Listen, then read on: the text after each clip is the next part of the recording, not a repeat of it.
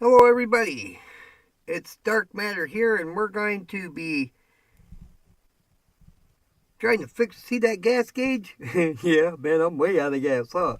Alright, well, when I was messing with the ignition, trying to fix the ignition, this gas gauge flipped all the way around. So if you turn the key on, this is, here I'll show you what it does. That's what it does right there. See, it just pops up and pegs out on the gas gauge. So what we're going to do is I got this piece of wire here. We're going to go up through the, if I can get it in there. Let me straighten my wire back out.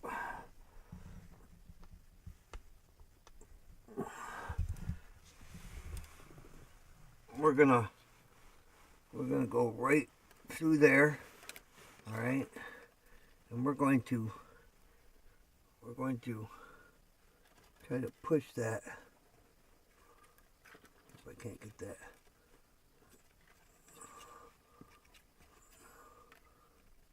Gotta push that temperature gauge out of the way.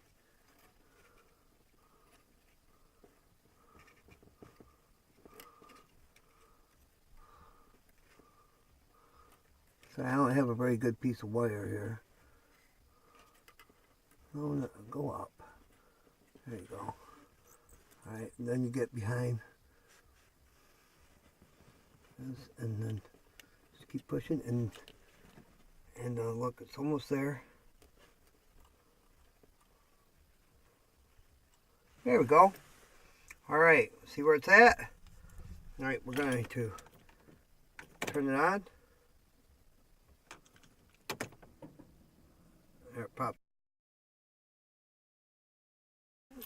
Alright, well that fixed it. So that's it. That's all you have to do, guys. So if you have that problem, you know there's an easy fix for it. Now, I've seen other people use rare earth magnets like this one.